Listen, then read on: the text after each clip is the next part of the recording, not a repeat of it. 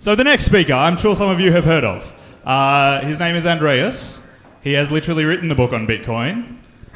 Anyone heard of him? Yeah! There we go, excellent. Okay, so I'll hand over to him without too much further ado. But yes, please welcome Andreas Antonopoulos.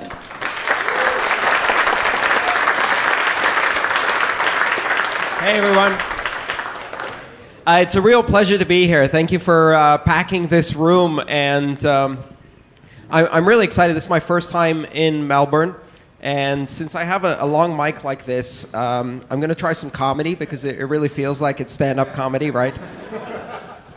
So I heard the most secure solution for Bitcoin was cold storage, and so I went down to Antarctica to use the ATM there. Okay, maybe I should go back to talking about Bitcoin. So it's been fun. I've only been in Melbourne for 2 days, and it's been rather interesting because my experience in Australia so far has been an experience of frustration with the traditional payment industry, and it's been quite bizarre because, you know, when you live in America, you get into this mind frame that America is the land where everything is perfect, and so we have the best technology, which of course, if you travel at all, you know is not true. And if you travel, what you discover very quickly is that, in fact, in many ways, in America, things do not progress as fast as they do in other places. And I felt that very strongly when I travel abroad with my Visa card. So I have an American credit card, and American credit cards don't have chips in them. Nope, no chips. No RFID, no smart card chips, no chip and pin, none of that stuff. It's just a plain chunk of plastic. And when I've traveled abroad, Canada, and recently here in Australia, it's really funny because I'll give my card, and they'll take it, and they'll wave it over the machine. I'm like, that's so cool, but it's not going to work. No, you have to swipe it, and then I sign, and then you send a telegram to the bank, and they put the money on a steamship, and they send it across. You know, it's 1800s technology. It's really, really cool. And so our card technology is 10 years in the past. This really is interesting because credit cards as a whole are 1950s technology. I don't know if you realize that, but the first credit card was, I believe, the Diners Club, right? And at the time, it was essentially a form of traveler's checks, just in plastic. And they had a member number, a 4-digit member number. They weren't very optimistic. And you could have a plastic card that said Diners Club on it, and it had a 4-digit number, and then you could go places and you could say, "Do you take Diners Club?" And people would say no. Because of course nobody took it. and it took quite a while before these things became popular, because what do you think people's reaction to that was? Well, that's not real money. That's not real money. What are you doing with this plastic card that you're waving around? I don't understand. We take cash here. Cash, real money. Which is interesting because when cash was first introduced in paper form, people said, that's not real money. We take silver here, like real metal. And I bet at some point somebody said, well, that's not real money. We take feathers here.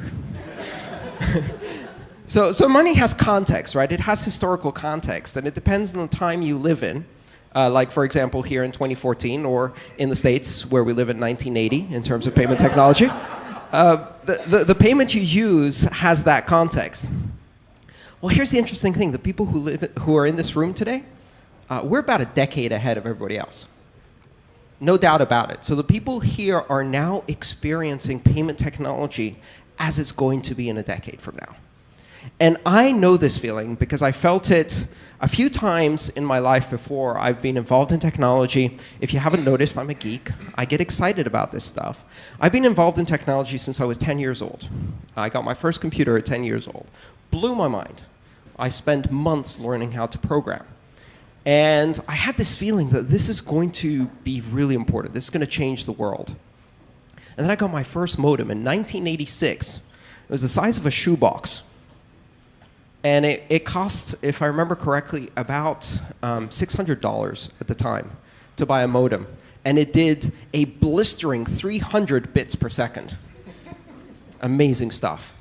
So you could sit there and download the text message one character at a time as it scrolled across the screen. And I thought it was the most amazing thing possible because I thought, you know, now I can communicate. I would literally dial up overseas numbers and dial into bulletin board systems in Los Angeles and talk to Americans. Little kid in Greece with my dial-up modem. You know, the first bill was hard. My parents were not happy about that. And so, you know, that to me was a glimpse of the future. And I had this vision that people will be able to connect and communicate with other people using these modems. And so I told everybody around me, this amazing thing is happening. I had this epiphany, a technological epiphany. I told everybody around me, modems are going to be amazing. Like, everyone's going to have one, and they're all going to communicate with each other by sending messages through modems. And everybody said, that's ridiculous. Go do your homework. Because I was 16. So that didn't work very well.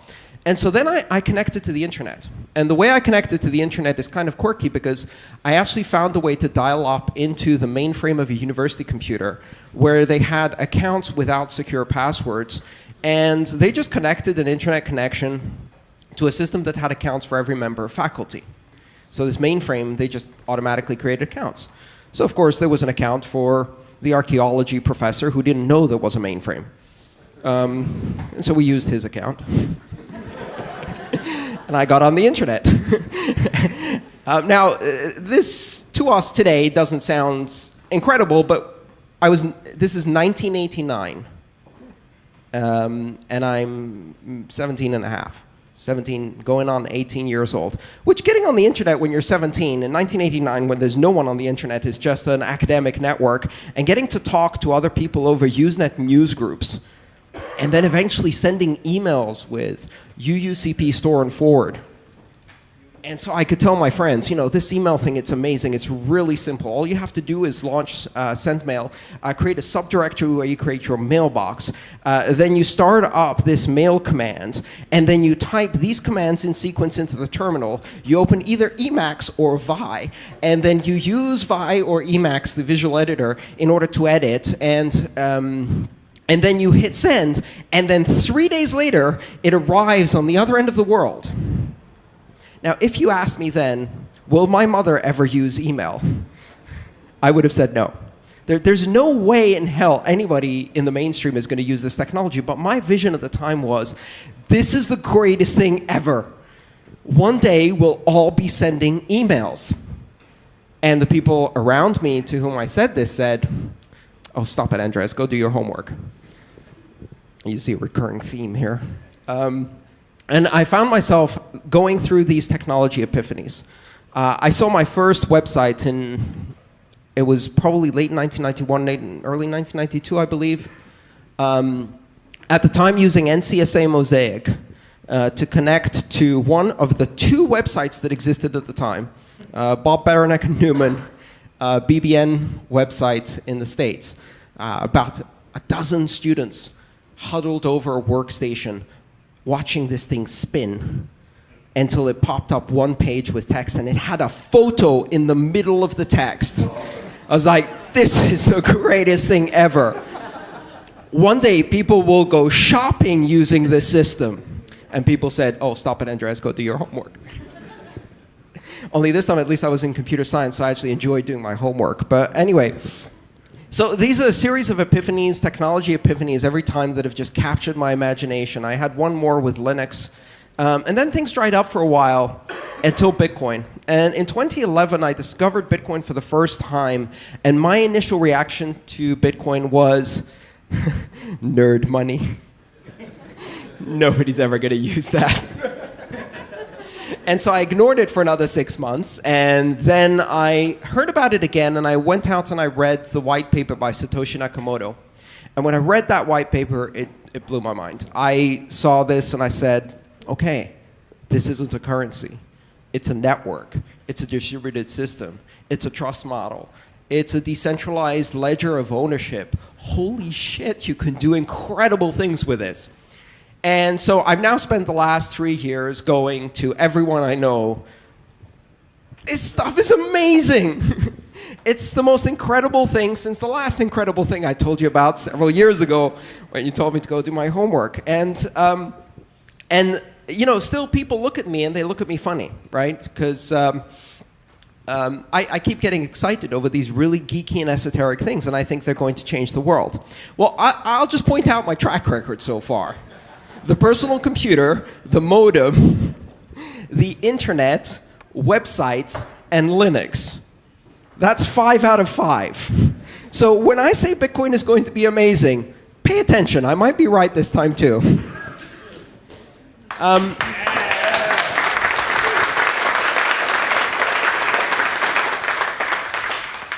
What is it about these 6 technologies? What is it about these 6 technologies that caught my imagination? What is the common theme that connects the personal computer, the modem, the internet, the website, Linux, and Bitcoin? Decentralization.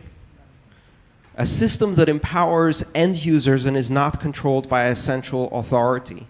A system that allows anyone to play around with technology and innovate. All of these systems had that same characteristic.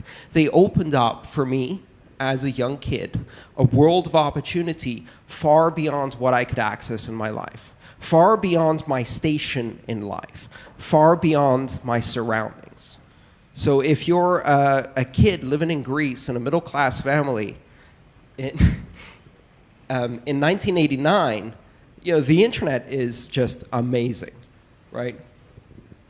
So Bitcoin now brings that possibility, and it attaches it to one of the most important powers we have in society, money, which is arguably one of the oldest technologies in the world. Money hasn't just existed since coins were printed. Money has existed in some form or another since human beings started using language. And the reason for that is because money is language.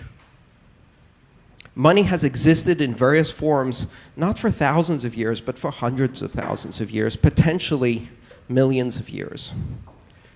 And so I like to think that the first wheel was sold for money.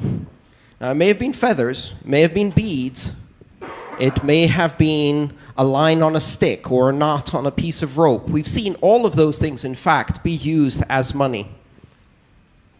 Because money happens as a cultural connection between people. It's a language that people use to express value to each other. And the fascinating thing is that money happens even when there's no medium to attach money. So if you've ever interacted with kindergartners, what you'll notice is that they start creating money of their own. And they'll start trading things. They'll amass cubes and trade those. I'll give you one of my lettered cubes if you give me one of your little cars, or maybe you can have 2 cubes for 1 car. And people do this spontaneously. In fact, it's not just people who do this. Scientists have seen this type of behavior in many different primate species. Very effectively in chimpanzees and orangutans. And in fact, they can very quickly teach money to primates. And guess what happens when you teach money to primates?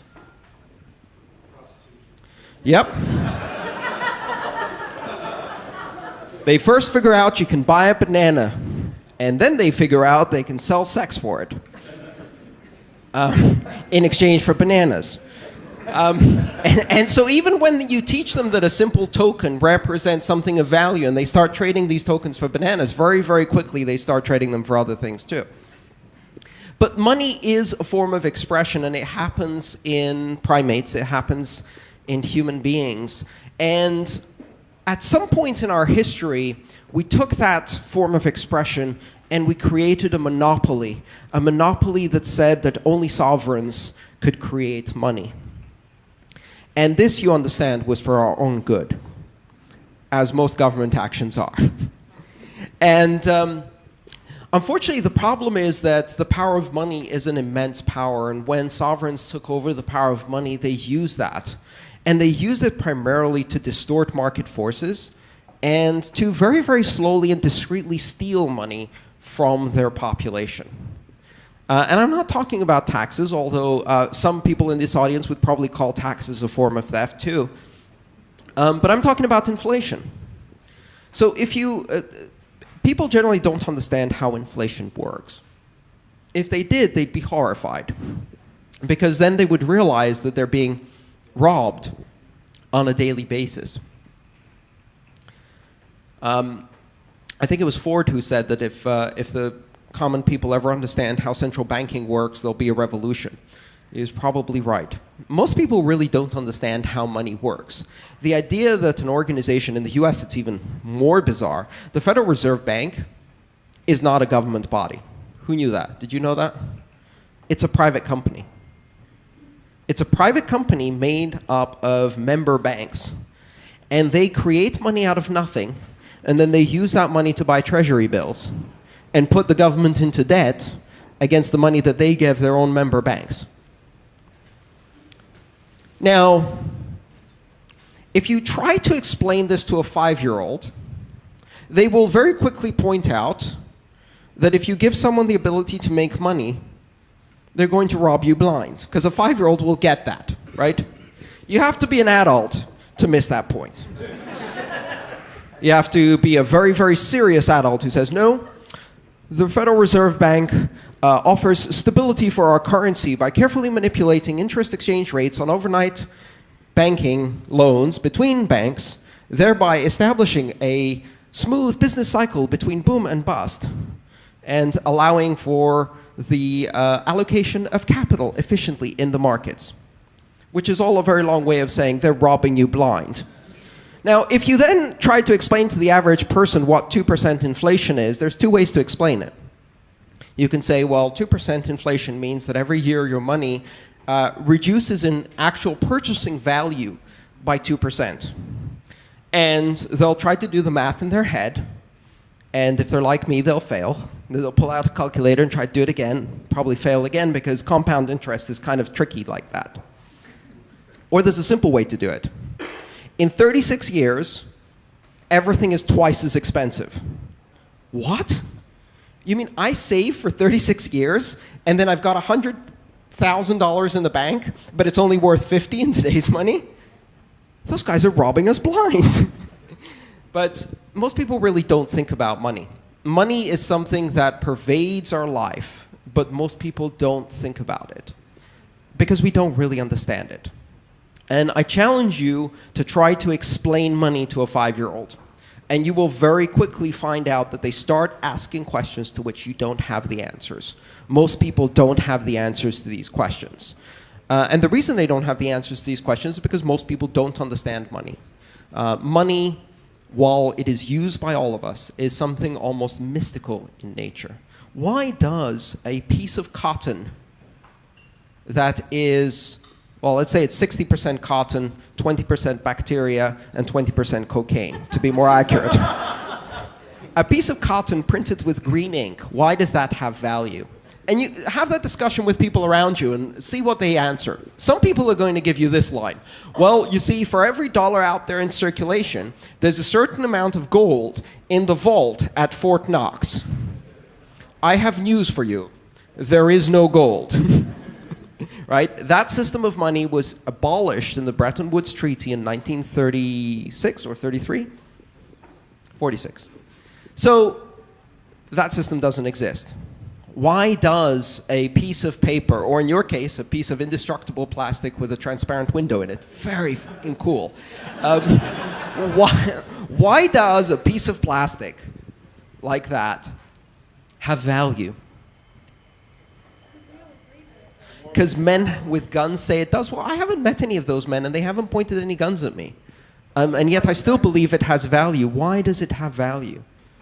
And we really struggle to answer this question. And if a 5-year-old asks you, well, why is this valuable, and why can't I just have more? And can we just give everyone more so that everyone's happier? Then you have to start talking about inflation, and you end up right back where you started. The reason money has value is because other people accept that it has value. That's really the basis of it. Value in money is an illusion. It's a shared hallucination. We are all sharing the hallucination that these pieces of plastic have value. They don't have value, right? We assign value to them because we are willing to exchange them for products and services under the assumption that 2 days from now, when we go to exchange them again for products and services, people will actually give us products and services. And as long as that's true, it's money. Does that make sense? Yeah. So people tell me all day long that Bitcoin isn't really money. For a variety of reasons. It's not money because it has no central bank assigning it value. Well, no central bank really assigns value to any money, but okay. It's not money because it's not recognized by government, because it's not legal tender, because I can't use it at my local grocery store. Well, guess what? I can use it to buy products and services. In fact, I've been living off Bitcoin now for just over a year and a half. Almost all of my income is in Bitcoin. And some of my expenses are in Bitcoin, many of them are in dollars. And one of the reasons I know Bitcoin is money is because I give it to other people and they give me dollars for it. And that's a pretty good deal. There's another interesting thing that happens when you have this discussion, which people say, well, yeah, but you can buy drugs with Bitcoin. I believe the American expression is, no shit, Sherlock. It works here? Good. Of course you can buy drugs with Bitcoin. Here's the opposite question. Show me one currency you can't buy drugs with, and I'll show you something that isn't a currency. Drugs are the second most traded commodity in the world after food. Right? Depends on your definition. Recreational narcotics, I count caffeine and beer too. The fact that caffeine was illegal for 400 years and banned by the authorities in the Netherlands because it would drive the young people insane and create a horrible addiction which gave you the shakes and headaches if you tried to break it. And so they banned it under penalty of death for almost 400 years. Caffeine. Try to take my caffeine away, I am going to have the shakes. Drugs are the second most traded commodity in the world, and if you couldn't buy them with Bitcoin, arguably Bitcoin wouldn't be money. And I don't think that's a really relevant or interesting discussion. But the media focuses on the negative story. What if bad people get hold of Bitcoin? What if people use Bitcoin to buy drugs? And I find these questions really interesting because the truth of it, in fact, is that the vast majority of drugs in the world continue to be bought in US dollars. In fact, if you look at the life cycle of popular drugs, even if you manage to buy them with Bitcoin, those drugs were cultivated, planted, harvested, processed, reprocessed, cut, transported, smuggled, transported, cut again, distributed, and finally sold for US dollars. In fact, most likely someone rolled up the US dollar, put it in their nose, and snorted those drugs straight up their nose, leaving a residue of the drugs on the US dollar. Now, as far as I know, you can't do any of those things, including the rolling up of the Bitcoin to put in your nose to snort the drugs with Bitcoin. In fact, in order to buy drugs with Bitcoin, you would have to first get dollars, find someone who will sell you Bitcoin, buy Bitcoin, find someone who will sell you drugs for Bitcoin, give them Bitcoin, get drugs, and then they sell the Bitcoin for dollars so they can pay their supplier. That sounds like a really complicated way. No, listen, real criminals use HSBC Bank. No, I'm sorry. I misspoke. What I meant was real criminals own HSBC Bank.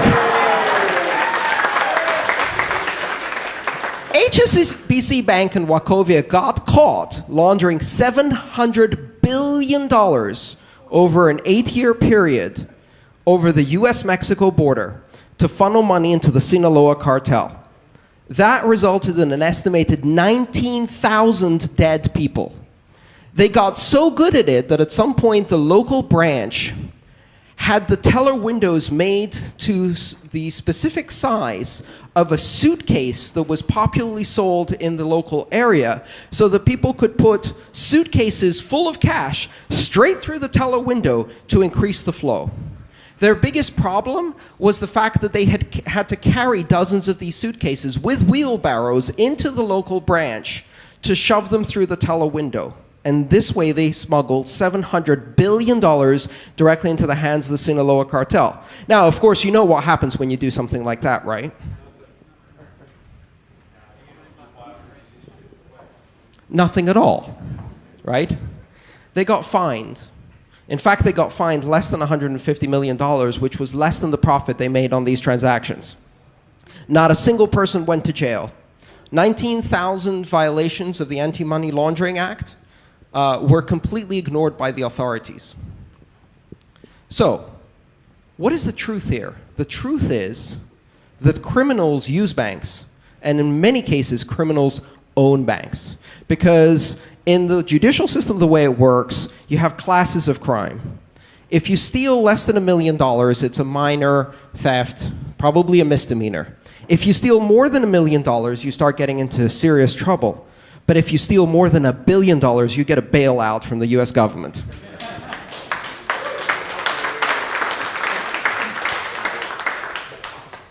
The bottom line is that Bitcoin isn't about drugs and Bitcoin isn't about criminals.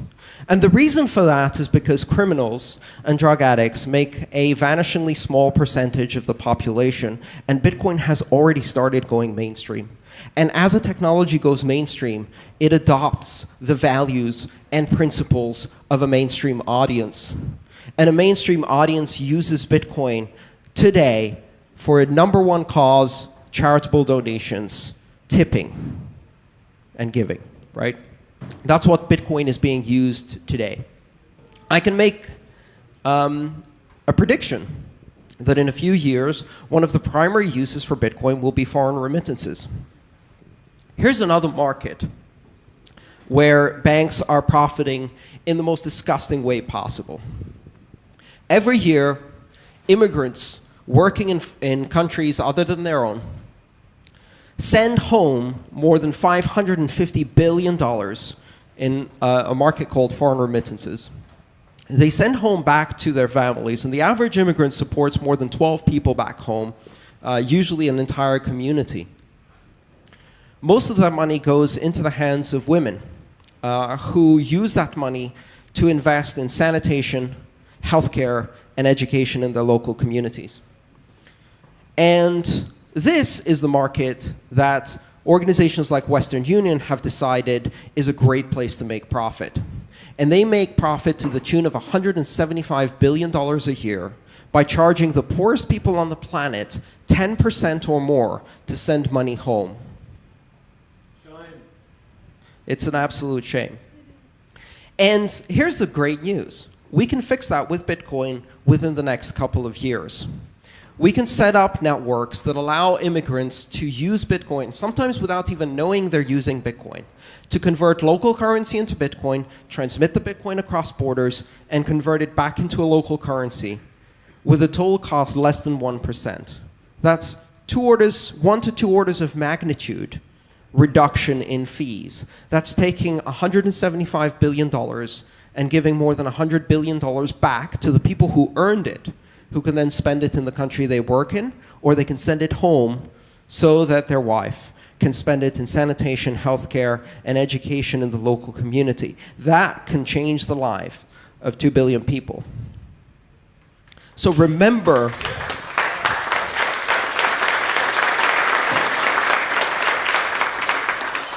remember why we're doing this. This isn't about buying drugs on the Silk Road. This isn't about enabling criminal activity. Because I look around this room and I don't see too many people who are interested in criminal activity. I see people with hope and aspiration, people who are interested in innovation, and people who are interested in bringing fairness back to currency markets. And we have within our power to fundamentally disrupt some of the most entrenched and anti-competitive industries that exist in the world.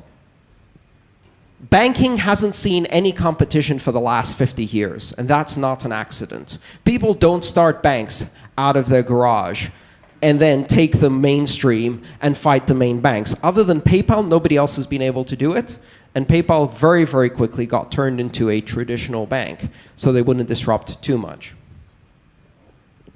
Well, something interesting just happened.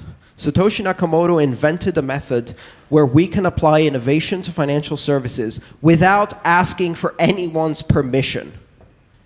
Innovation without permission is the power that fuels the internet. It is the mechanism by which a kid in their garage can invent the next big app and take it global without asking anybody's permission. And we've done this again and again on the internet. In fact, a lot of us, especially people who are involved with libertarian ideals or are constantly fighting for freedom and things like that, often feel dejected and despairing and disappointed and disillusioned. After all, the internet is really one giant surveillance machine, and it's been captured by the man. And yet there are moments of optimism in that, and one of the greatest moments of optimism for me is that right in the middle of a completely captured, corporatized Apple, iTunes / Google / NSA internet, it gave birth to Bitcoin, a black swan of innovation that no one expected, and that will completely blow away several incumbent institutions and organizations, and there's absolutely nothing they can do to stop it, because the power is in your hands. So when you despair, remember that the internet is still able to deliver massive surprise in the form of things like Bitcoin, and who knows what the next one will be, but I know that I'll be able to buy it for Bitcoin. And one of the most amazing things that's happening now is that Bitcoin has become the de facto currency of the internet. You see, one of the things about the internet that was always difficult since the very beginning was that while you could deliver incredible innovation, and while you could transport content and ideas and services across borders, when it came time to getting paid for that, things would slow down and everything became difficult. So I can be a brilliant entrepreneur in Bangalore, India, and I can invent the latest thing, and if I want to sell it, I have to get in bed with Visa or PayPal, and they're going to take away at least 3% of my money, and then they might freeze my account, and I'm only going to be able to sell it in 19 select countries around the world, and while my content can reach everywhere, the payments can't come back. Well, guess what? Now they can. Money on the internet is an incredibly potent combination. By turning money into a content type, we've made money instantaneously global, instantaneously secure, and now we're going to use that to fuel the internet all over again. We now have, with this new technology, the ability to fuel mesh networks, to fuel infrastructure development, to fuel content creators who can now use micropayments to get paid for the content that they create. We can fuel new applications. We can fuel the entrepreneurs of the future who can now do global IPOs, who can now source funds and loans on the internet directly from other people anywhere in the world using Bitcoin. Bitcoin isn't something that just emerged from the internet. Bitcoin is going to turn around and now fuel the internet all over again. I often get asked, which country is going to adopt Bitcoin first? And I find that an amusing question, because it makes certain assumptions about borders and sovereignty and nation states, which is so 18th century. The most populous place on the earth is not China. The largest economy in the world is not the United States. The most populous place on the earth is the internet, and the most largest economy in the world is the internet, and the internet now has a currency. Thank you.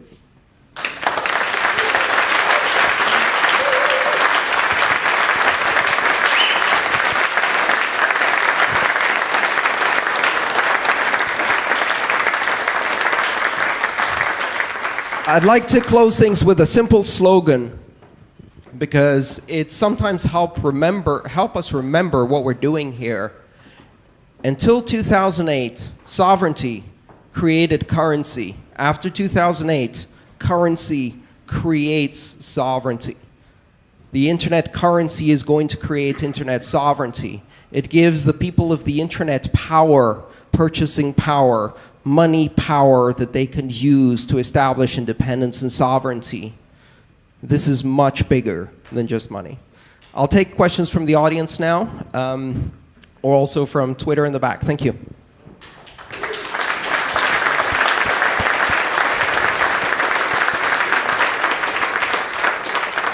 Thanks very much. We'll use a similar format. Some people have already jumped in. We'll go one from the audience, one from there, back and forth. So, Mikey, I think you shot up first. Hi, Andreas. I've loved your ideas about how Bitcoin crushes rent-seeking behaviours and those structural inefficiencies in the current global financial markets. Can you expand upon those and share them with this group?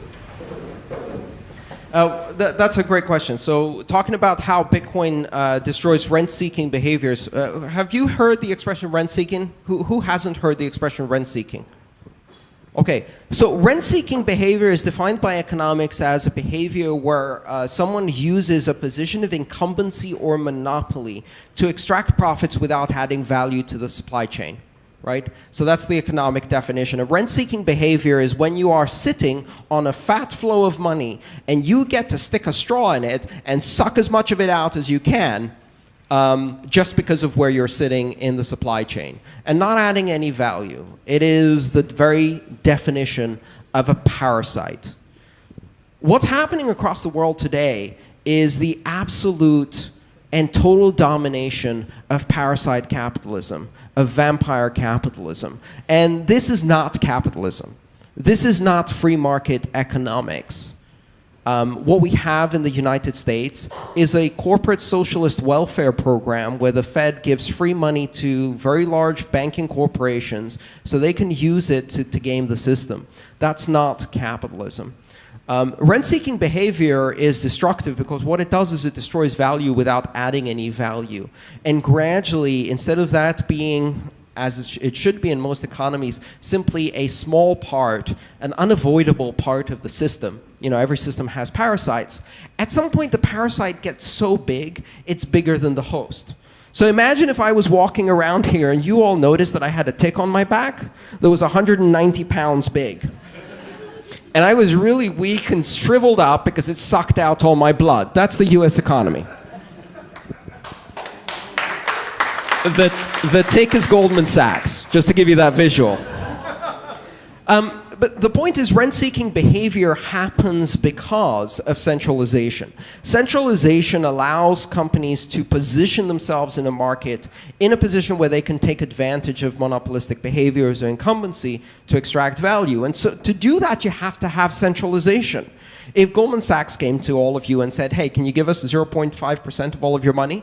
You'd say, who are you? Go away. No. But if they go to the Fed and take that directly from the money supply, then you don't get a choice. And so the point is that rent-seeking behavior is the kind of behavior that can only exist in a system that is heavily rigged. Bitcoin disrupts that in exactly the same way that the internet disrupted intermediaries in every single industry it touched. So when you take media and entertainment, for example, it used to be that the supply chain between an artist and their audience involved about 15 intermediaries who all took a small cut, right? Now, for many artists, the connection is direct. They bypass a lot of those intermediaries. Now, in many places, that's been replaced by one big one, which is Apple. Think again, big blood-sucking tick. And they extract a lot of the value, but the space for intermediaries has shrunk. And this has happened in almost every industry that the internet has touched. This is a nature of decentralized systems. By diffusing power. You see, the mistake is to think that you can somehow stop the accumulation of power by finding that one honest person, giving them all the power and hoping they act well. And that always fails. The only way to stop centralization of power is to diffuse power so that even though there will be bad actors, they don't have enough power to affect the entire system. And that's exactly what Bitcoin does. What it does is it takes the power of intermediary institutions and says, hey, Thank you so much for acting as a clearinghouse. We really appreciate your service over these many, many years, which you did, and toiled for the measly sum of 5 to 12% of our income. But we just replaced you with 100 lines of Python code, so thank you very much. We'll take it from here. And you don't need, and then you can start saying, well, I can do clearing of transactions for 1/3 of a penny. And why do we need you exactly? And so you cut out one intermediary. We could do this in the remittances market, for example, and say, so Western Union, what you do is you use other people's networks to move money from one country to another, and for that incredible service that only takes 5 to 7 days, you charge us 10%. Well, thank you very much for your service, but we just replaced your industry with 100 lines of Python code, so bye-bye now. And this is going to keep happening. We saw this in the internet. I remember in the early days on the internet, system administrators would go around with a t-shirt that said, I just replaced you with a script. And we can really do that now for financial services. The truth is that the vast majority of innovation that's happened in financial services over the last 20 years has been primarily in finding ways to cheat consumers and cheat markets. It's been about high-frequency trading, algo trading, sequencing transactions, front-running transactions, and extracting as much fees as possible from consumers. And consumers don't benefit from that. So when you give consumers an alternative and they begin to experience that, they start noticing things. People also ask me, how do we make Bitcoin successful? And it's like, you don't really need to market something that works. Bitcoin is useful. Just demonstrate it to people. And then they'll see that Bitcoin doesn't have banking hours, doesn't take 3 to 5 business days to clear, won't freeze your account, won't take a $35 fee if you don't have enough money. And by the way, Target just got compromised, 60 million accounts got stolen, Bitcoin doesn't give a shit.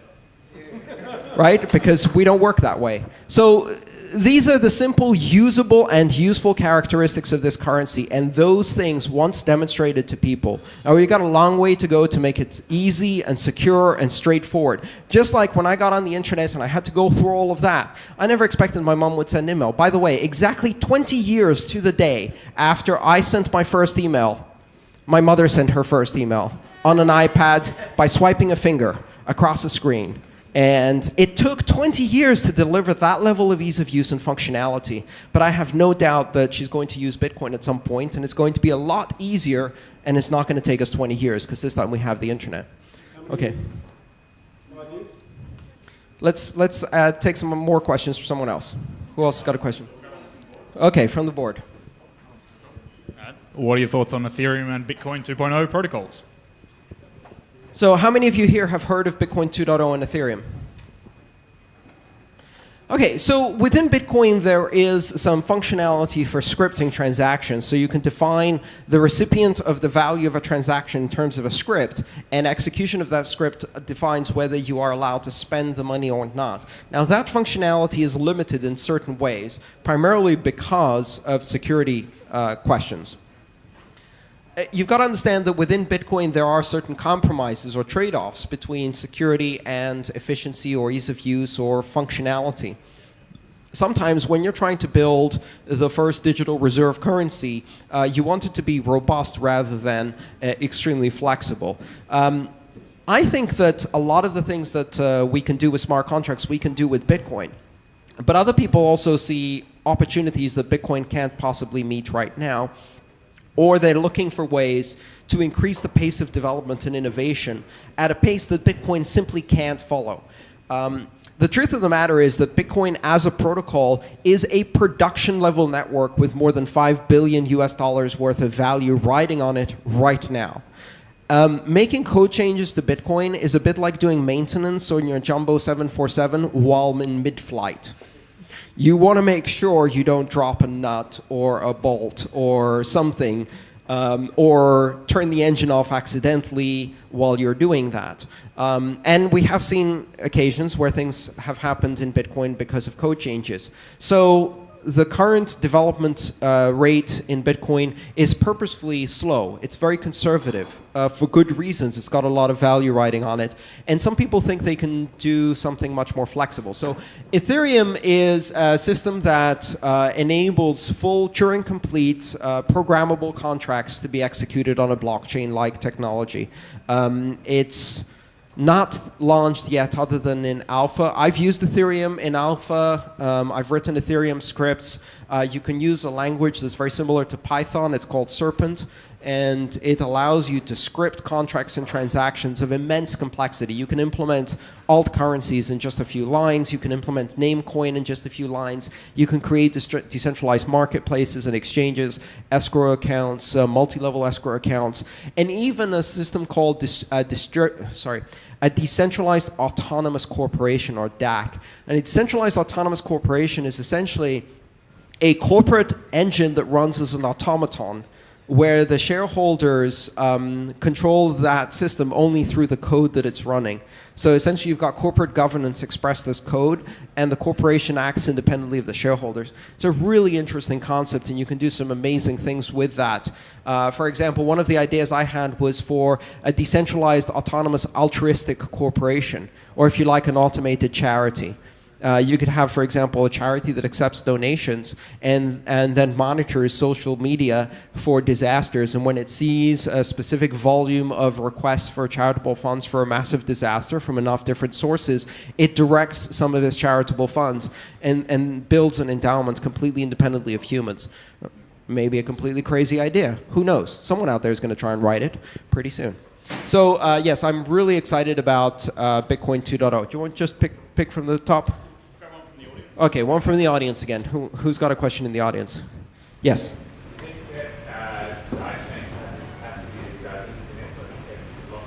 I think I saw that up there too. Do sidechains have the capacity to dilute the network effect of the blockchain? Sidechains are a technology that allow you to seamlessly move value from Bitcoin's blockchain to another blockchain without creating an altcoin. And what they do is they allow you to leverage features in alternative chains, such as, for example, creating an alternative blockchain that is focused on microtransactions and very quick settlement, or an alternative blockchain that supports a different scripting language like Ethereum, or any other type of alternative blockchain without having to either mine that or necessarily create an alt currency around it. I think sidechains actually boost the network effect of Bitcoin. Effectively, what you're doing there is you're using Bitcoin as a reserve currency, and you're saying that the Bitcoin will act as the value that backs this other currency by burying that value temporarily and exposing it to the other chain and then bringing it back into the future. You put up Bitcoin as collateral and leverage it in the other chain as an alternative currency, essentially. That concept only makes Bitcoin more valuable because it turns it into a reserve currency. And I think it's going to accelerate the rate of innovation around altchains and alternative applications of the blockchain. We've seen nothing yet. This is one other thing that I just find so damn amusing. I go to government organizations and I have discussions about them, and they're like, oh no, what are we going to do about Bitcoin? And what they're talking about is Bitcoin circa 2008. If only they knew how much we've done in the last 5 years. It's like, oh, you're scared of Bitcoin. Yeah, there's 500 other currencies. Some of them are really stealthy. They've evolved a bit like the species in Australia. Some of them have turned very, very venomous. So if you think that cuddly little currency, Bitcoin, in the corner is threatening, just wait until I explain to you how Darkcoin works, right? And that's just the beginning, because there's also a lot of other innovations and developments that have nothing to do with regulation. But the point is that they are failing to grasp Bitcoin as it was in 2008. And we've got 5 years of development in all kinds of amazing technologies. This is one of the most exciting spaces to work in as a computer scientist and as an entrepreneur, because the pace of innovation is just staggeringly fast. All right, let's take another question from the board. All right. Cody Wilson running for a position on the Bitcoin Foundation. Any thoughts? That's just delicious. Does anybody here not know who Cody Wilson is? Okay. So Cody Wilson came to fame when he built a system called the Liberator, which was a 3D printed gun where you could download the schematics, and using a MakerBot, you could print a gun that could actually fire bullets. Now, you can only fire once or twice before it blew apart, but the idea that you could download a gun on the internet, that caused, how do I put this? a slight modicum of controversy in the United States and outright panic in most other countries. There's always a group in the United States who are like, oh yeah, awesome, my 12-year-old can now print his own gun. And all of the rational people went off screaming. So Cody Wilson did that. He recently built a CNC machine. He's just a shit stirrer. I love this. He built a CNC machine. CNC machine is a computer-aided mill, right? So it basically, instead of additive manufacturing where you print layers of plastic, it cuts away from a block of metal and reveals the shape within. So he built a CNC machine which takes a standard size block of aluminum or steel or something like that, and it has one button, you press a button, and it converts that block into the lower receiver of an AR-15 assault rifle. The lower receiver is the only part of the gun that's actually registered and regulated in the United States. You can buy all of the rest of the stuff. You can buy a barrel, you can go into Walmart and buy that stuff from a catalog and have it shipped anywhere in the United States in 1 to 3 days, and get loyalty points for it. And so you can print that and essentially have the only part of a gun that's regulated without a serial number, and then assemble all of the other components around it, and now you have an assault rifle that you printed in your kitchen. So that's who Cody Wilson is. He's also behind Dark Wallet and Dark Market, and many other very, very disruptive innovations. He is a shit stirrer of epic proportions. And he thinks the Bitcoin Foundation is a den of thieves and corruption, and he wants to be elected so he can destroy it. That is his actual platform for the upcoming Bitcoin Foundation elections. Elect me, and I'll blow this shit up. And so, yeah, I don't know what to comment about that. I mean, I just think it's democracy, awesome.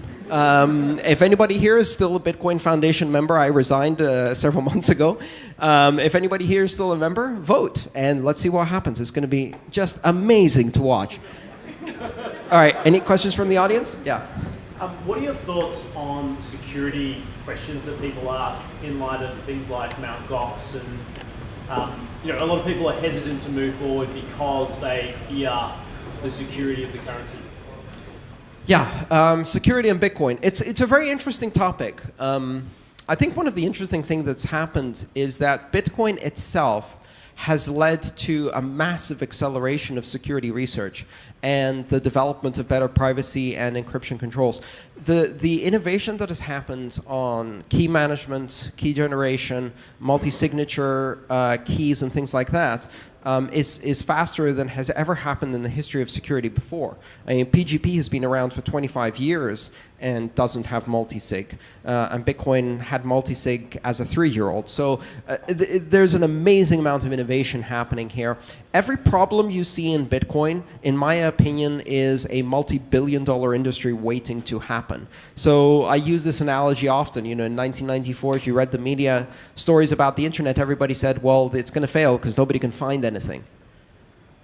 Well, look at what happened to the two dudes who figured out how to solve that problem.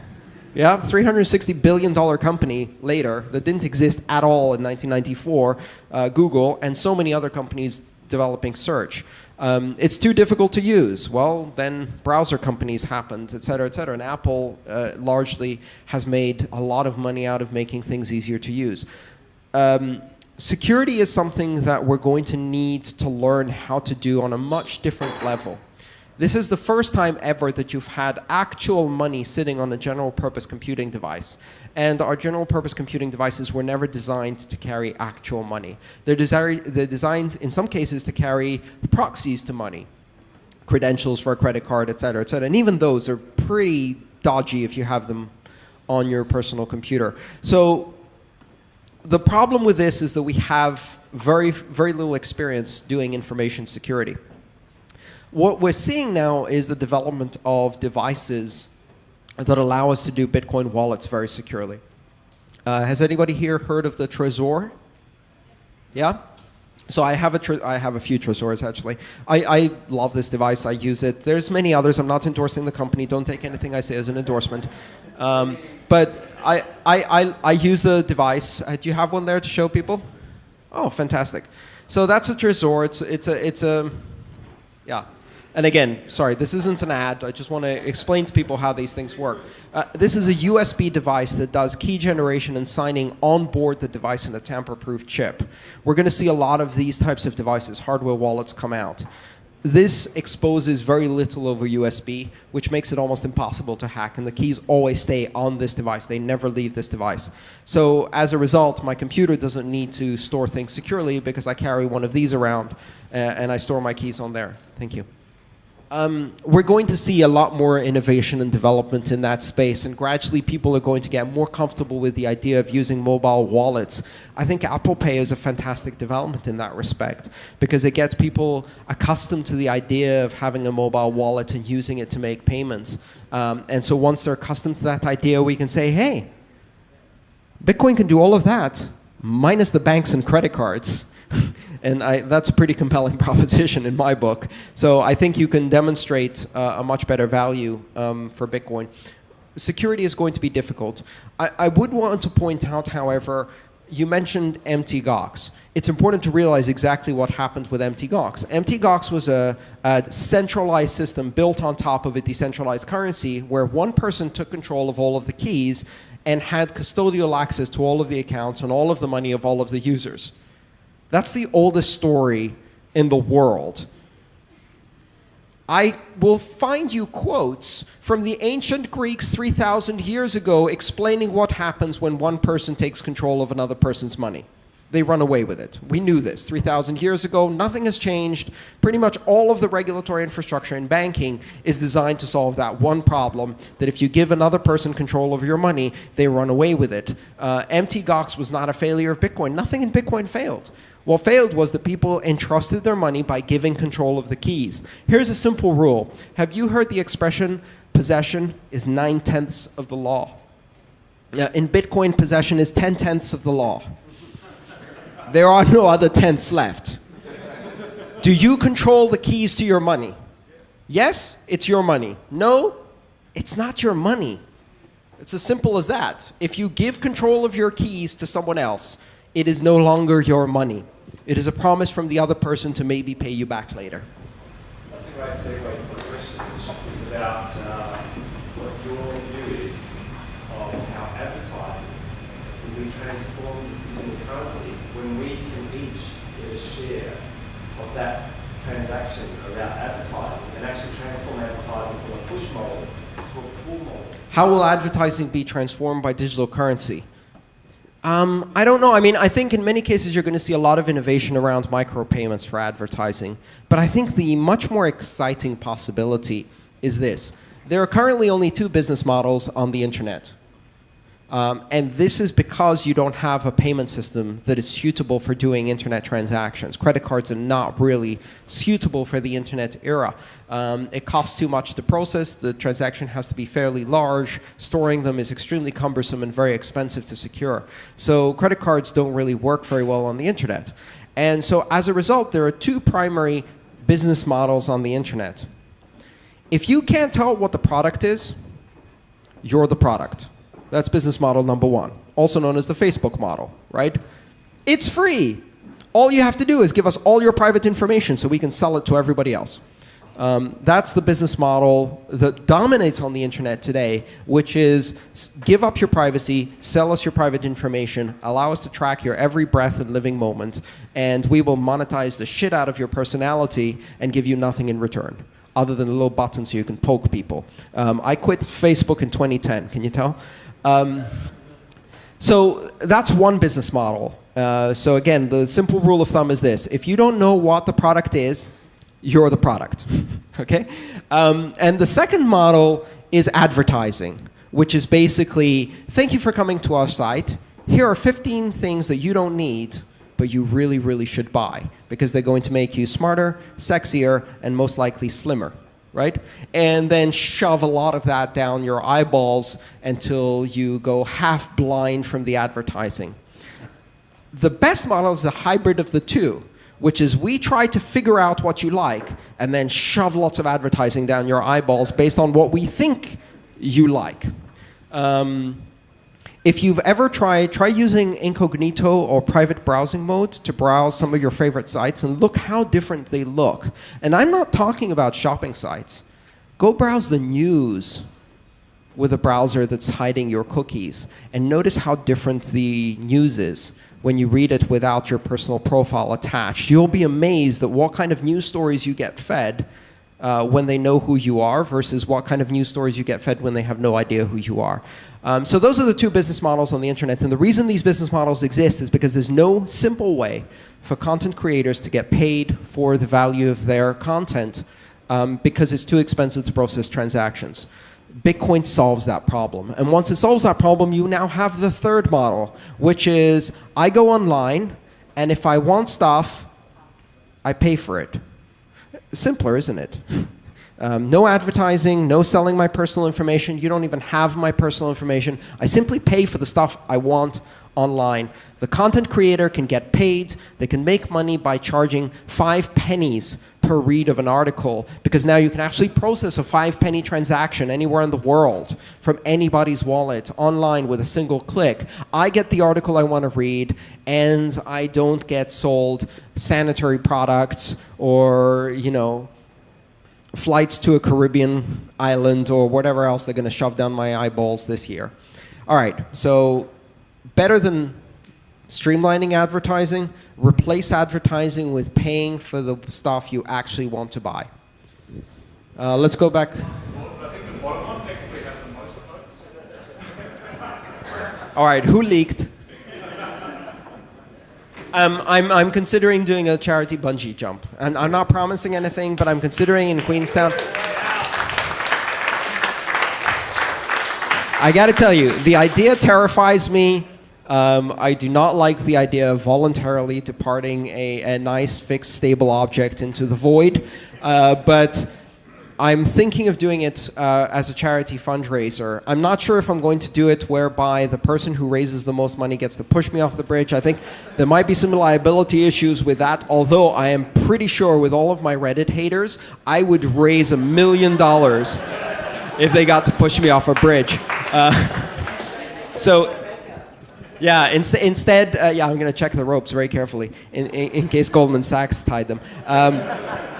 Instead, I might just do, hey, you know, if we raise enough money, I'll go jump. New Zealand's apparently the place to do it. So I'm not promising anything, but that's a possibility. Okay, let's see what else.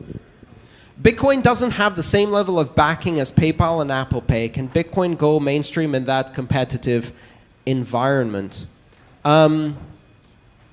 I think this is a really, this is a question I hear a lot of the time, which is, you know, when will the banks come and give Bitcoin legitimacy and capital so it can succeed? How do we make the banks give us legitimacy and capital so we can succeed?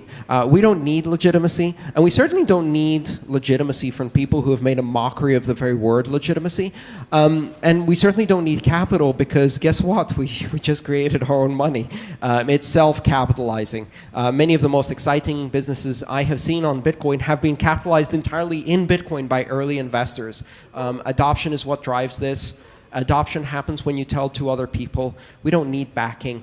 PayPal and Apple Pay will teach consumers the evil of banking again and again and again because they are stuck in a paradigm that they cannot escape.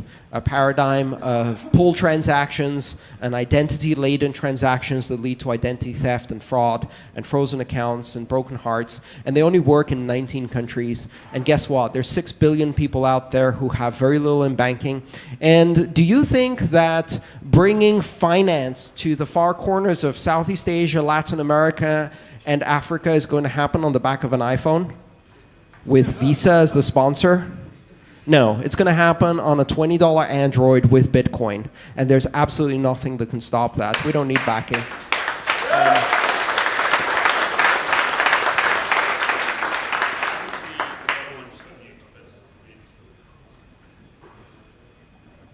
Do you think Bitcoin would see more traction and mainstream success if it was divorced from libertarian and neo-anarchist rants?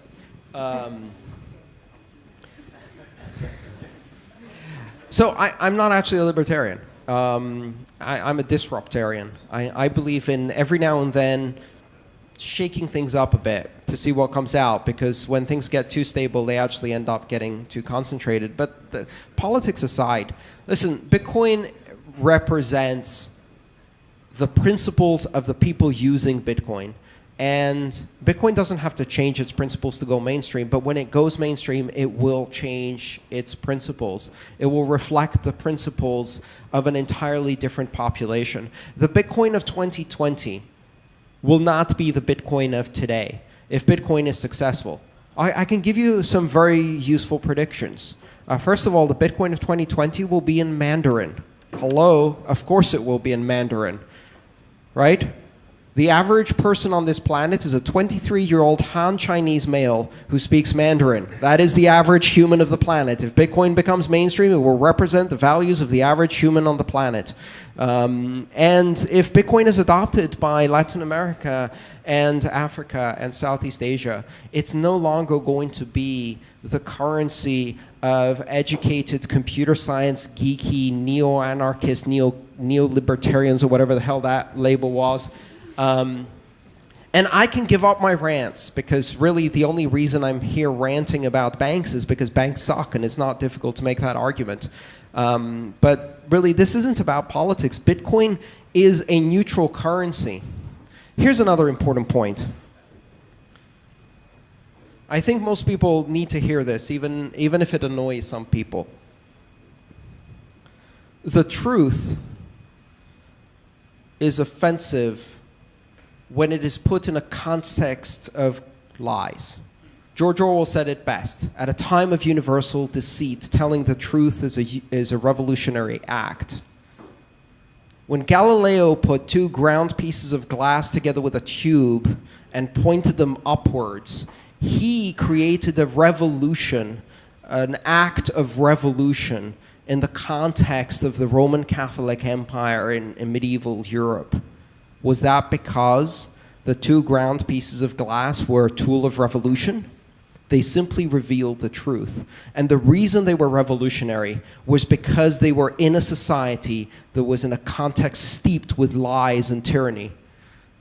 When you speak the simple truth that individuals controlling their money themselves, and that governments in the majority case, not perhaps in the United States, not in Australia, but there are 193 countries out there, and in many countries, governments and banks are indistinguishable from organized crime.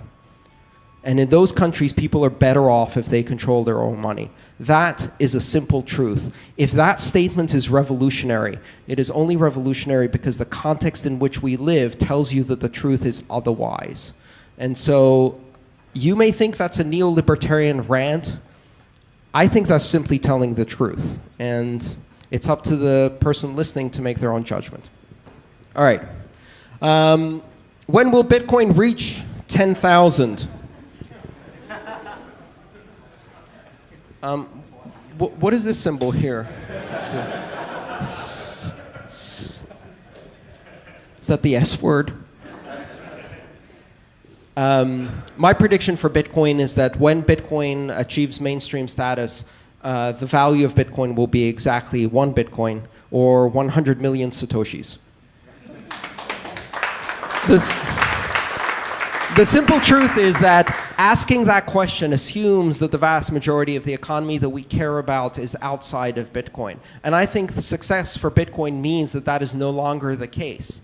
To ask the question, how much value in US dollars does Bitcoin have, assumes that the frame of reference is the US dollar, assumes that we want to convert US dollars to Bitcoin, assumes that we care about the economic activity that happens in that economy. That is the same as asking in 1994, how many fax machines will the internet replace? How many long-distance phone calls will it replace? What is the value of the internet if it dominates the long-distance phone call market? And that question makes no fucking sense. But that is exactly the question people were asking in the mid-90s, because to them, that was the paradigm, that was the context. Communications meant that. And to create a new communications medium meant simply replacing the old medium with the new medium, like for like, in a one-to-one translation. You must realize that what we're doing here is not creating a better visa system so we can go shopping and expend fewer calories when we swipe our cards. That is not the point. And Bitcoin will not be the replacement of e-commerce transactions on Amazon.com with the same e-commerce transactions on Amazon.com in order to buy more plastic Chinese junk. That's not the point here. Bitcoin is not about shopping in the first world. It's about everything else everywhere else. Bitcoin succeeds when a farmer in Kenya can raise money and buy a loan, get a loan to buy seeds from 10,000 lenders all around the world that he has never met through a peer-to-peer lending system. That value was never in dollars. That value didn't exist until Bitcoin comes along and makes it possible for this thing to happen. Bitcoin is all about the things that are not possible with today's money. And that is an enormous economy, far bigger than the existing global economy, because the existing global economy leaves 5 to 6 billion people out of the picture. And so if you imagine Bitcoin as bringing a global transnational currency that is available to all of the people who are today underbanked and unbanked. And people tell me that's a crazy idea because it's never going to happen because we don't have the infrastructure, because it will take an enormous investment in infrastructure to happen. We know that's not true because we've already seen this happen with cell phones. Sub-Saharan Africa never got landlines. They just skipped that entire level of technology in a system called leapfrogging, and they jumped directly to cell phones. There are places on the Amazon River where the nearest bank branch is 100 miles downstream by canoe. Those people are not going to get banking because JP Morgan Chase opens a branch. Ever. But guess what? There's a cell phone tower in that village. And that village has a little solar panel, and that solar panel has a Nokia 1000 text messaging phone connected to it, because it's worth having that, and because it's easier to deploy cell phone tower infrastructure everywhere. And now, that Nokia 1000 is a banking terminal, and a Bloomberg terminal, and a Western Union terminal, and a loan origination terminal, and an IPO terminal, and a stock market, and a currency exchange, and a commodity market. And you can do all of those things over text messaging with Bitcoin. So I don't think it's insane to think that when people have this enormous need, if we provide the technology at a level of technology that can be adopted around the world, that this is going to happen. And I would urge you to look at where it has happened before. In Kenya in 2001, they introduced a system that allowed people to transmit cell phone minutes to each other. That system is called M-Pesa. And that system within a year or so became a currency, an informal currency that people started trading in lieu of money because they didn't have any other form of money. They could afford to buy a cell phone, they could afford to buy a plan with minutes because they needed that to communicate with the rest of the world, because that meant economic opportunity for them. So they invested in those things.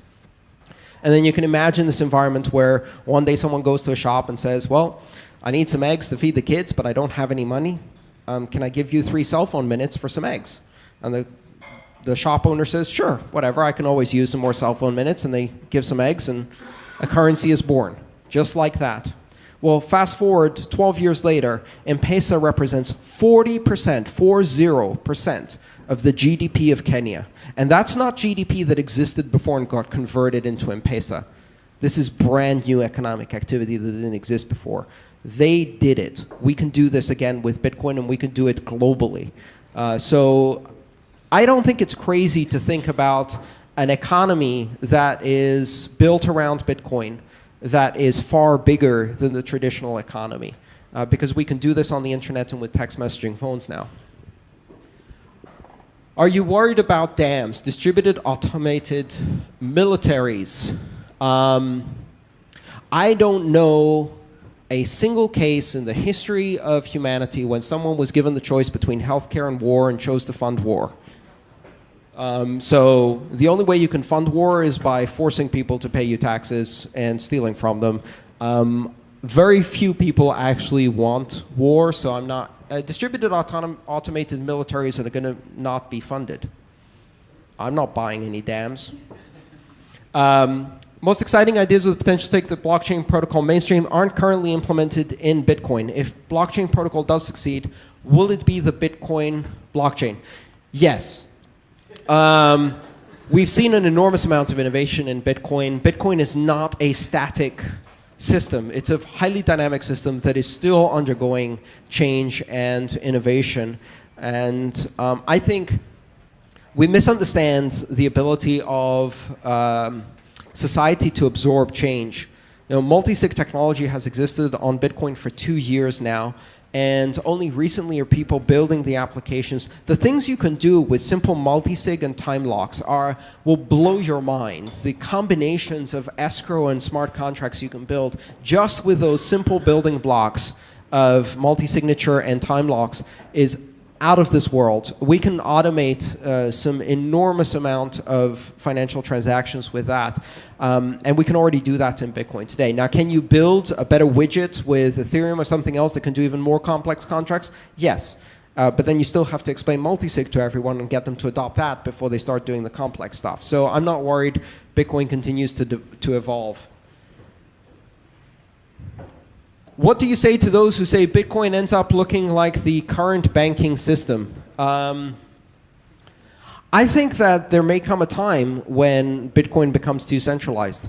But the interesting thing is that we've opened the door and created a technology that can be replicated in infinite variation. I, for one, if I saw Bitcoin become too centralized, would sell my Bitcoin and buy a new coin that was more decentralized and continue doing this in a different form.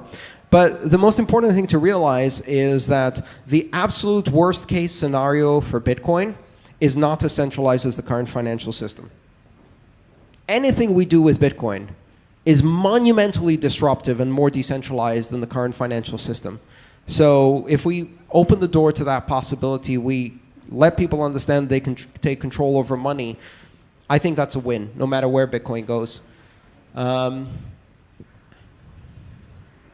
All right, does anybody else want to ask a question in the audience? I think we're running out of time, right? Okay, yes. Do you ever speculate on which governments, which corporations are pro-neutral or anti-Bitcoin? I mean, Yes, that's a really good question. I'm very confused when I look at government tax rates for some Bitcoin, when I think, well, do they actually... Because governments obviously have a lot of power to slow down the adoption, even if they can't. Do I ever think of which companies... governments, which corporations, which nations are pro or against Bitcoin? I think there's a really large amount of paranoia in this space, which, don't get me wrong, a lot of it is justified. But there's a lot of paranoia about the idea that governments are fighting this. And the truth is they're not. The truth is they're not. First of all, because governments don't get organized that well to figure out that this is a threat. As far as they're concerned, the idea of Bitcoin threatening the financial system or central banking is as laughable as a local lemonade stand threatening Walmart. It's like, go do your homework, Andreas. Which is great, because if they keep thinking that for 3 to 4 more years, yeah. So the interesting thing about Bitcoin is that it is a fairly neutral system, right? It decentralizes control and access to money. If you think about it, in my opinion, and I said this at the Senate hearings in Canada, Bitcoin expresses the principles of enlightenment of the Renaissance, which are self-determination, freedom of association, and freedom of expression. Who doesn't like those principles? Well, there are some governments that don't like their principles. Right? There are some governments that do not like the idea of a citizenry that has control over their money, that can use that money to do self-determination, freedom of expression, and freedom of association. And that says very little about Bitcoin, but it says an awful lot about those governments. So when you look at government actions towards Bitcoin, use that as a lens to understand what those governments want for their constituents and their citizens. They either don't understand it, or when they do start to understanding it, if they fear Bitcoin, they fear their own citizens. They fear their own constituents. And that is not a good government. Bitcoin is a mirror. You put it up in the face of government and it shines right back at them, right? Mirror, mirror on the wall, which is the most oppressive government of them all? They started to shut down the internet, then they tried to shut down Twitter, now they're after Bitcoin. Ha! We can see you. The emperor has no clothes, right? You can actually make some pretty cogent determinations about a government's attitude towards freedom. Now, you see certain countries, the United States right now is taking a wait-and-see approach.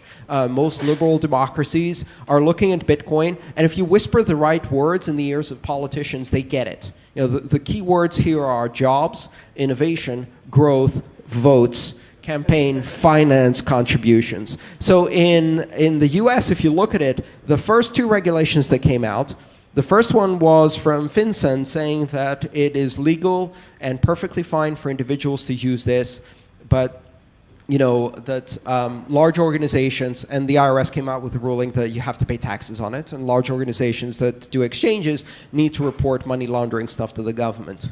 And the second determination was from the Federal Election Commission that said that politicians could take campaign contributions in Bitcoin. Right? So what does that tell you? They look at it as like, oh, we can raise some money here, and we can make some money for our campaigns. And then some politicians figured out the third part of that equation, which is, and we look hip to the young people. Which is always amusing when you see someone who is so obviously not hip to try to be hip with the young people. I don't try, I know I'm not. But, so Bitcoin has an appeal to certain people, and most governments see it as an opportunity to inject some competition into the banking system, an opportunity to generate jobs domestically, to create a whole bunch of new startups and innovation centers, to make their banking system more flexible. I've talked to, for example, one of the main banks in Brazil, and their main question is, we have 80 million people throughout the Amazonian basin that we can't reach with branches. Can we use Bitcoin to extend services to them via SMS? Smart banks that want to serve consumers understand that this is a tool that they can use to cost effectively reach people they've never reached before.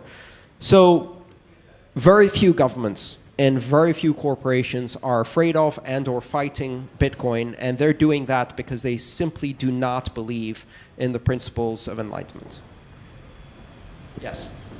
You said that you earned your wages in Bitcoin for the last few years. Yes. Now, you also said that you pay taxes because you have to.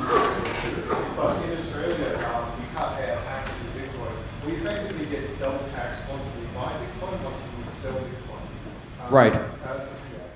So yeah, I pay my taxes in dollars, and in order to pay my taxes in dollars, I have to sell. In fact, by the way, we saw a pretty significant price dip just before the October 15th deadline, which was the extended deadline for the previous tax year in the US.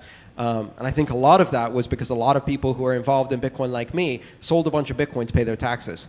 And yeah, so I have to sell my Bitcoin to pay taxes, and the whole GST mess that has been created by the Australian government is going to put a pretty big damper on Bitcoin activity. It's going to make it very difficult. You get double taxed when you do that. Monumentally stupid decision? Yeah, it is. And, but of course, it's not going to slow down Bitcoin. Bitcoin continues. It may slow down Bitcoin innovation in Australia, which would be a real shame. I haven't talked too much about the regulation aspect, but to me, Australia is perfectly positioned to be a hub of economic activity and innovation in Bitcoin for the whole of Southeast Asia, because of robust telecommunications, an English-speaking population that, you know, because of the origins of Bitcoin, can adopt and understand and read the documentation and adopt it much faster. You've got an innovation economy, you've got a tech sector, you've got a very large literate population with smartphones. This is the place where you can create a hub that spreads Bitcoin throughout Southeast Asia and really starts affecting places like Indonesia and Papua New Guinea and you know, Malaysia, India, Pakistan, Sri Lanka, Bangladesh, which have a desperate need to fill the gap for the unbanked. So, monumentally stupid decision to put a damper on Bitcoin in this country. Last question of the night. Yes? What is your point of view about mining Bitcoin or any cryptocurrency? What is my perspective on mining Bitcoins? All right, so here's something that may surprise you. I have never mined a single Bitcoin in my entire involvement in Bitcoin. By the time I got into Bitcoin, mining was already FPGA and GPU centric, and very quickly soon after became ASIC centric. I have no interest in speculating on hardware sales, on playing the extremely risky game of trying to predict delivery dates and mining difficulty and hashing difficulty. Mining is a highly specialized game. You have to do it at scale. You have to do it with specialized gear. That gear may not get delivered. By the time it gets delivered, it might not be profitable. You know, I've got enough risk for my appetite just getting paid in Bitcoin and trying to figure out how quickly I can convert it when I need to pay some of my bills. I don't need the extra stress, thank you. It's a big misunderstanding for people to think that in order to be in Bitcoin, you have to get into mining. Mining is a function of the network. Its goal is to secure transactions. It is not to deliver reward. Reward is a side effect. Reward is how you incent people to secure the transactions. And mining really doesn't need to scale as fast as transactions. If you want to invest in Bitcoin, first of all, if you want to get Bitcoin, let me give you the quick primer. The easiest way to get Bitcoin is to sell a product or service and charge people for it in Bitcoin. All of you here have a skill that you sell as a service, either to your employer or on the free market. You can sell that service for Bitcoin. If you have a progressive employer, go talk to them about paying part of your salary in Bitcoin. It can be done. Lots of companies do it nowadays. Or just convert some of your money in Bitcoin by buying it to an exchange. But the easiest way is to go online, start a little website, and start selling something for Bitcoin. You'd be amazed. One of my good friends at blockchain, George Mandrick, he's very well known in the Liberty movement. He used his oven to mine for Bitcoins. He baked baklava and shipped baklava worldwide for Bitcoin. He sold hundreds of trays of baklava for Bitcoin and made hundreds of Bitcoin at the time when the price of Bitcoin was pretty low. So he used his oven and his Greek cooking skills to bake for Bitcoin. It's really that simple. Take a product or service you can sell for Bitcoin and sell it. The second best way is to use an exchange to buy your Bitcoin, or simply use local Bitcoins or the Mycelium trading application or another decentralized trading application to find someone at a Starbucks. Or to find someone and use that to trade Bitcoins locally. And leave mining for people who really, really have a thing for hardware. There are geeks out there who just love building hardware rigs and they enjoy doing this. It's not something. Sorry? Proof of work in the mining function is the security mechanism behind the blockchain. But here's the magical trick. Most people don't realize this. Mining is completely independent of the volume or value of Bitcoin, the volume of transactions, meaning that the current amount of mining happening today is enough to secure the network even if we expand it to global adoption levels. Why? Because there are not enough computers in the world to do more than what the miners are doing, and therefore it is secure enough. At this point, we're done. The only reason people continue doing that is because it's still profitable. But that changes pretty soon. In 2016, the reward is halved. Mining is designed to reach a free market, perfect market equilibrium where the profit from the activity barely exceeds the cost. The revenue from the activity barely exceeds the cost, giving you a minuscule profit margin, just enough to keep you interested. And if you make too much money, other people come into the market, difficulty goes up. If you stop making money, you depart the market, difficulty goes down. And it's an equilibrium that actually maps to the price of electricity almost exactly.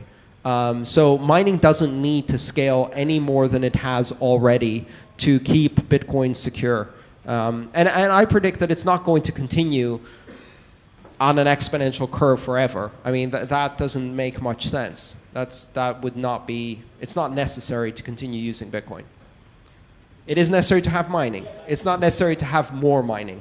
Yeah, but once, like, you're not going to be able to mine more Bitcoin, what would be the incentive of people to keep, sustaining? All right, that's another interesting question. Once the Bitcoins run out, why would people continue to mine to secure the network? You've got to understand this is an extremely long time scale. The reward halving works in such a way that the final Bitcoin Satoshis are mined in 2140. Now in 2140, I'm assuming the Bitcoins will be mined by a Dyson sphere encircling a local star and harvesting the energy of the star. I mean, I'm not going to make predictions out to 2140, but the point being here that there's an equilibrium point. Today, mining accounts for about 250 to 1 of the reward. That means that on average, a block has 0.1 Bitcoin in total transaction fees across more than 1,000 transactions. A tenth of a Bitcoin. 1,000 transaction fees add up to a tenth of a Bitcoin, and the mining reward is 25 Bitcoin. So 250 times greater reward comes from new coins versus transaction fees. Now, over time, that ratio will change. Now, I'll just fill in the picture at the end. Assume at the end we've got a block with 10,000 transactions, and the mining reward is 1 Satoshi, right? Because that's the minimum reward you can do.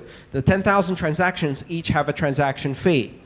All right? Question for the audience: what is the minimum fee you can pay for a transaction fee? 1 Satoshi. There's 10,000 transactions in the block. Some of them are free. What's the average amount of fees? 10,000 Satoshis.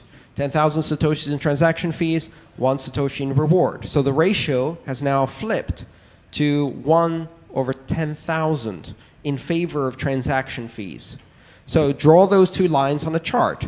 251 today, flipping around to 10,000, 1 to 10,000 at the end.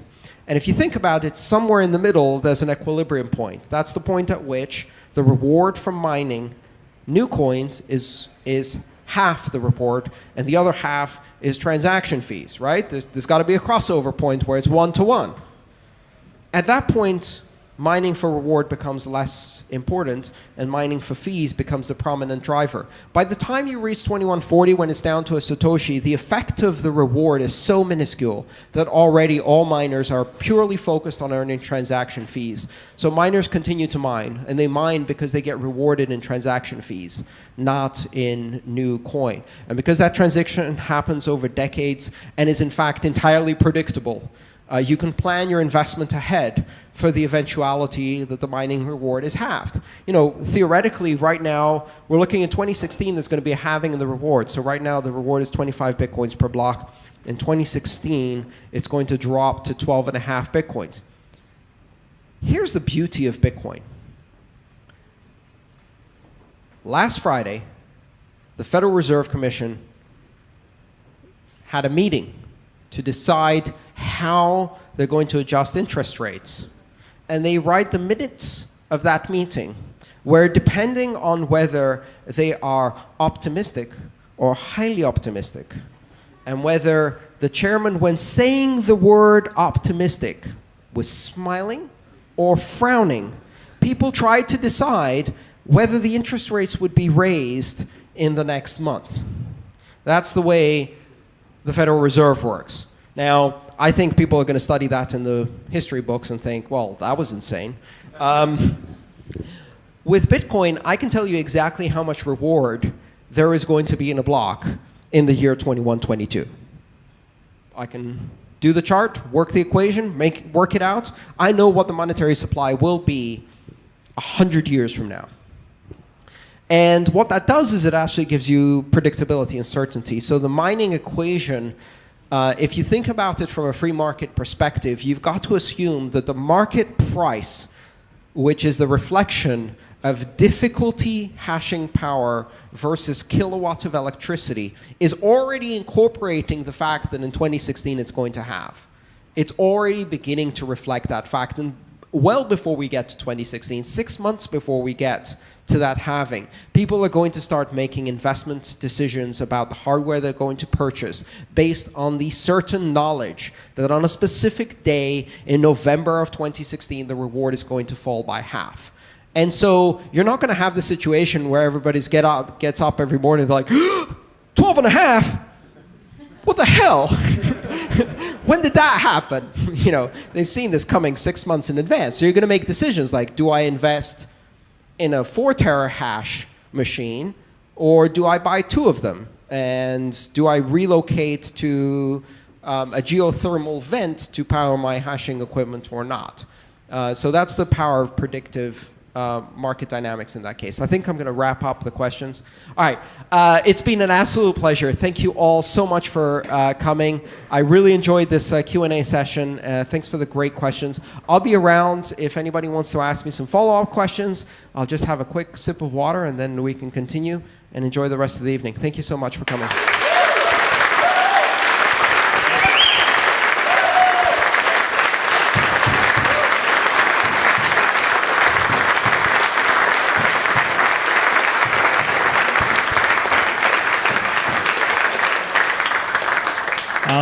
I'm absolutely certain that every single one of you enjoyed that just about as much as I did. That was absolutely phenomenal. The original plan was at this point of the evening was to share a couple of things that CoinJar had been working on over the last few months. However, just not quite there yet. So the best I can offer you, unfortunately, is a very strong watch this space. If you're not a member of DNA, I highly, highly recommend signing up for that. CoinJar. Thank you, Mikey. Cheers.